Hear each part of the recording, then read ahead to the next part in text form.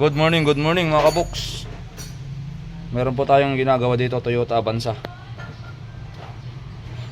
Ano rinig mo? Lumalangit-ngit? Langit-ngit. Okay, nakita ko tong kanyang drive belt. May bitak-bitak na. Kaya pala pag sumasabay ito sa aircon na maingay. Lalo pag nag-aircon ka sa unang andar, lalo yan. Minsan-minsan, tapos minsan wala. Minsan meron na naman. Automatic. Biglang ugong. Okay, i-share ko na lang din po sa inyo kung paano magpalit ng belt, ano, para sa mga kaboks natin dyan na mahilig mag DIY. May guide po kayo mga sir. Yan, unang-una, pagka nagpalit po kayo, titingnan po ninyo itong pattern kung paano ang lagay ng kanyang belt bago po kayo magbaklas, para hindi po kayo malito. Ito lang naman ang lulawagan nyo dyan, oh. Itong lock, tapos ito yung pinaka-adjuster nya, tapos sa ilalim mayroon pong pin dyan. Luluwagan po ninyo. Ito lang yung una natin luluwagan, yung nasa ilalim. Gagamit lang kayo dyan ng 14mm. Okay, kasunod ito 12mm na socket.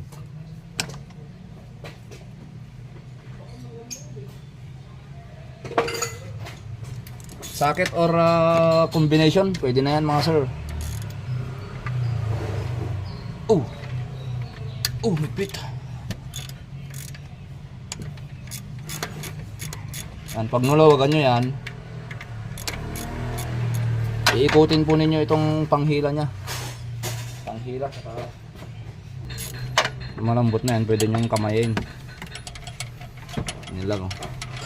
Kaya natin niluwagan yung nasa ilalim para mag-move tong alternator, ganyan, oh.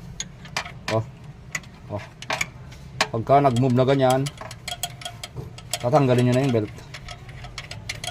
Yan, ganun lang kadali mga kaboks. Kagaya ng sinabi ko kanina, tingnan po ninyo yung pattern para hindi po kayo malito pagbalik. Alternator, duman sa water pump, bumalik dito, idler, crankshaft, then aircon. Okay, kuha na.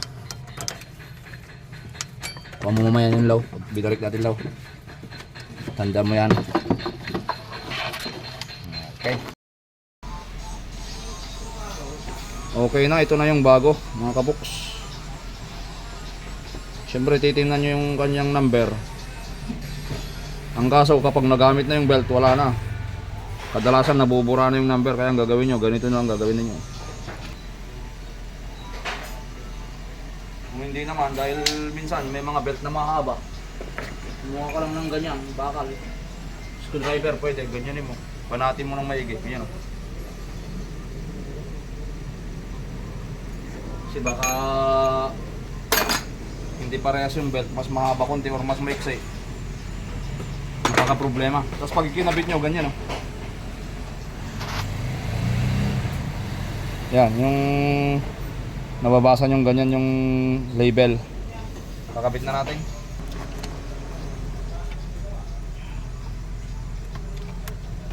Malik dyan sa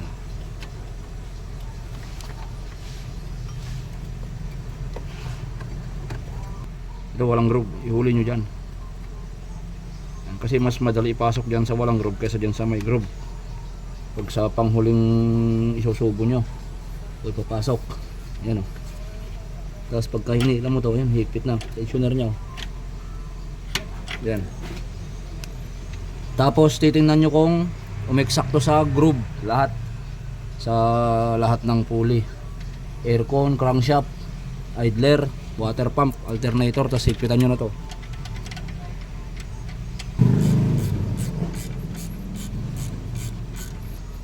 Dito nyo pisilin, oh, sa part kung saan medyo may medyo mahaba siya.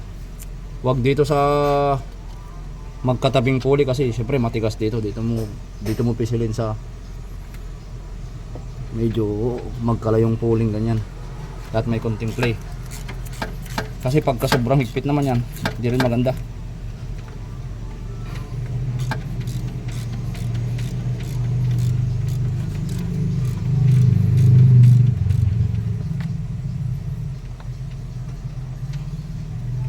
Sakto lang yung dati niyang bakat. Makikita nyo naman yan. Malinis yung thread. Kapag ka nailagay mo na dun sa dati niyang dati niyang bakat dun sa may thread niya. Double check mo yung belt kung okay na yung tension niya. Pagka okay na, higpitan nyo itong lock.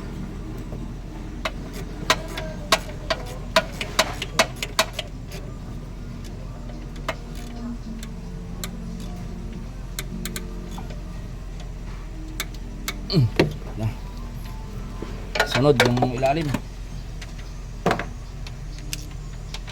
Sunod po yung ilalim, pinakalas. Ito yung pinakaunang niluwagan, ito yung pinakahuling higpitan. Yeah.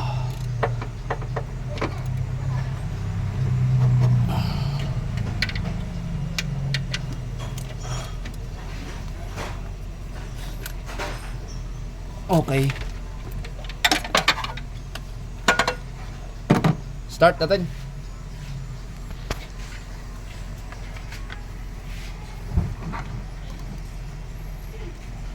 Start, sir.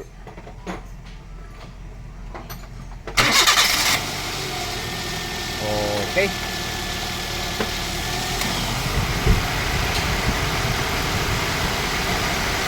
Dati nung una, pagkaunang andar sa umaga lang, tapos i-aircon mo, parang kikis-kis. Oh.